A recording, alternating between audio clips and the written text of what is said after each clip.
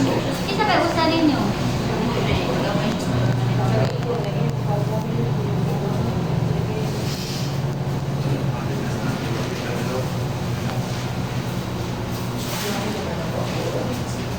Let's go!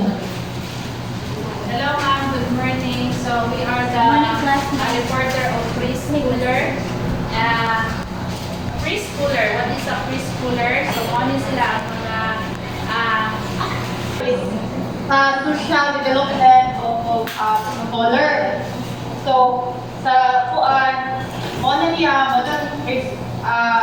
meaning pre-scholar, mo na itong preparatory sa itong mga bata. So, sa 5 years old. So, sa social development, so diha na magsugod, number 1, play with others. Cooperative play. Example, kanang, kita din sa playground nila, sa kanang mall, mag-share of toys, sa atong baby, play sa mga bata. So, and sunod, gawin kuan, mag-iga, making friends. So, diha na nga tayo, mga itong mga preschooler ka, kanang mag-start nila mga puntahan, ato mga bata, kanang